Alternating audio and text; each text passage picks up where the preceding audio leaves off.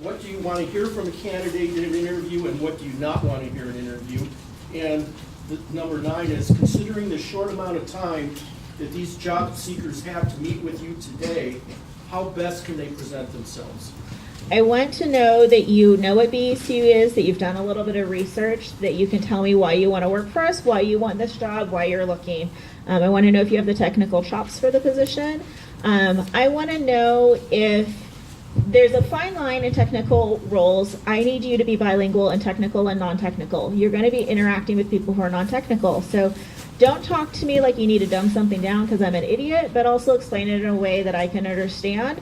Because if you don't have great communication skills, we don't care that you're a great developer. We need you to be able to talk to people.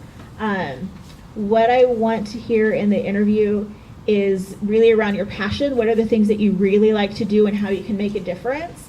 And what are your accomplishments and what are the lessons learned you've had from accomplishments and how you've applied those lessons to other situations? What I don't want to hear is arrogance or cockiness and or trying to dumb something down for me or that you can't communicate to non-technical people. All right, what do I want to hear from a candidate in the interview? And what you don't want to hear and what they should say today. Yeah. Well, I mean, just No pressure. in general, I want to, know that you have the proper skill set and ability to do the job, and that's going to maybe come with time within the conversation and your ability to communicate that to me. It may be beyond me from a technical standpoint, but if you're able to elaborate on what you've done with a specific technology, how it works, or even educate me as a non-technical person, then that's what I want to hear. But also, keep in mind time and, don't lose me in the conversation. Listen to what I'm asking and then, answer the question, but be somewhat to the point. What do I not want to hear? I don't want to hear the answer go on and on and on, because you're going to lose my interest. And I'm also going to question, why are you going on? Is it because you're passionate about it, or is it because you're trying to get an answer out within the conversation?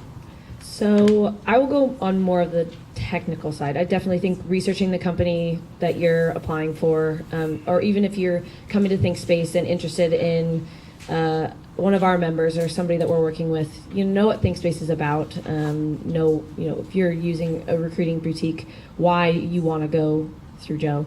And then the other thing too is, so for more technical, I would say flexibility in languages is a really big thing right now, especially in the startup, small business type of world. They don't want to see someone who's hooked on one language and they don't want to go anywhere else. You need to have, you want to learn new languages and go with the industry and where it's going. So definitely flexibility. And then the other thing is in technical interviews, analytical skills are huge. So not just being able to code and write it out and give a solution, but to say, this is why I'm doing this, this is why I think this is the correct solution, and this is why I think it's the best way to do it. And just explain those ideas, be very verbal with it, and communicate with non-technical people as well, because to non-technical people, a lot of the times, interviewees want to fit all the technical jargon into one sentence, and that literally just sounds like jargon. And so it loses interest. And also what we don't want to hear, or what a lot of hiring managers don't want to hear, is, I'm just a beginner. A lot of earlier stage coders or engineers really want to say this because they see other people in the industry who have been there for 10 plus years and they're just a beginner to them. The truth is, everyone in this industry is still learning. So they're always growing. Just always know that. You don't need to preface things with, I'm just a beginner. Confidence is really, really key. And another funny one that I hear all the time is that when you're asked what your biggest weakness is, I'm a perfectionist. especially in the IT world.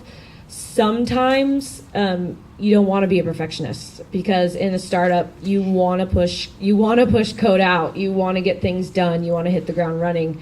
So yeah, but I think that one's just funny because it is said a lot for some reason. But if you're looking for a different weakness, then just dig a little deeper.